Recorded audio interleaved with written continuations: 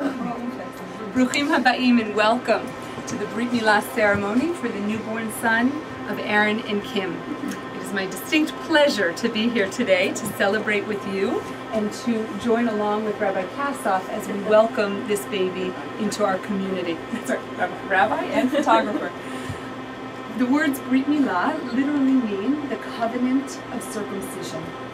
This divine covenant was given to the Jewish people. In the Torah, it tells us that God actually spoke to Abraham and asked him to circumcise himself and all the generations of sons thereafter.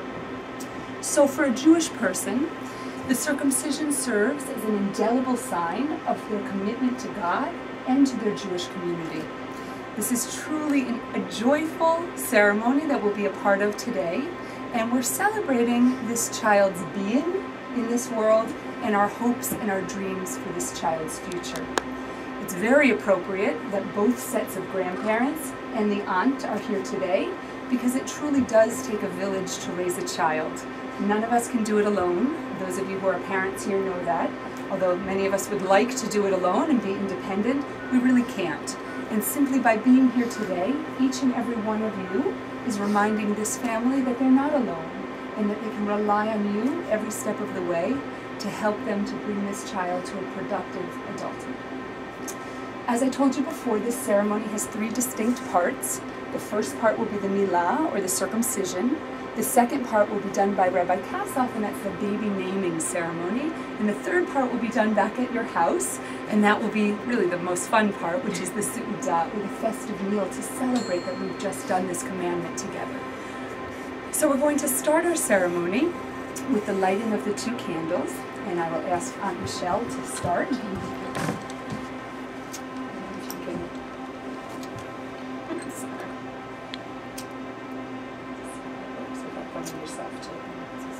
Will it get on the candlestick?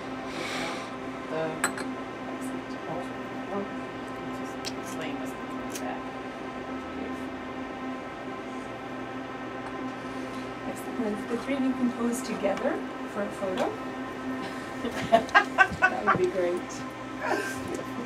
Thank you. And I'll offer up the first blessing for this baby today. Amar HaKadosh Baruch Hu LaAvraham Avinu Hitalech Lefanai V'yet Tamim. The Holy One, blessed be He, said to Abraham, our forefather, walk before me and be wholehearted. Each and every person in this room has hopes and dreams for this baby's future. And the blessing that we offer traditionally at a bris is that this child will walk through his life and live an honest, an upright, and a truly fulfilling existence. We're now ready to welcome the baby into the room. And before we do it, I'll ask all of you to come around so that as the baby comes in, it can be passed really from loving family member to loving family member. Oh, you'll need it later though. So don't forget where it is. And as the order. Yes. So Kim is going to pass the baby to Aaron, to the grandfather, grandmother. We can pass the baby right now. And as the baby is passed in, traditionally we say the words Baruch haba. So I'll ask everyone to repeat after me. Baruch haba. Beautiful. And you can pass. Baruch haba. To you. Oops, his thing fell off. It's okay, I got you. Baruch haba. Michelle, we can pass to your wife.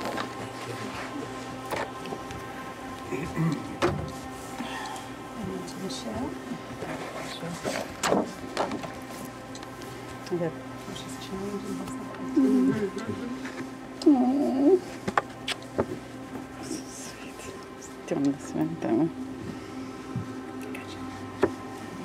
Hello, sweetie.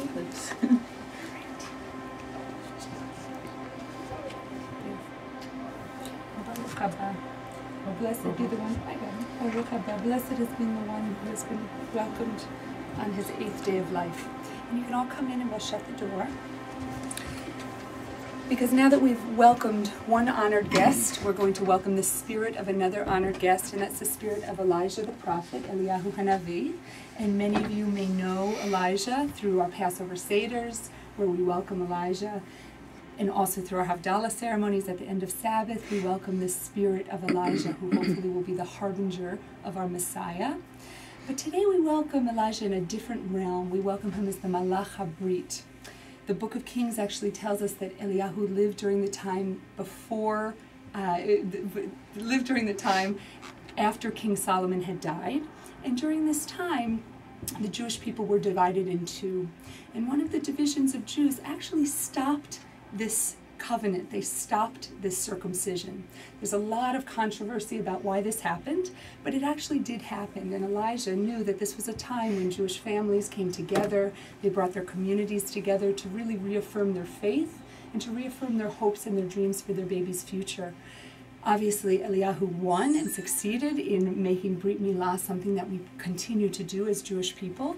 And so we set aside a special chair, and we place the baby in the chair of Elijah, and we offer up this statement. This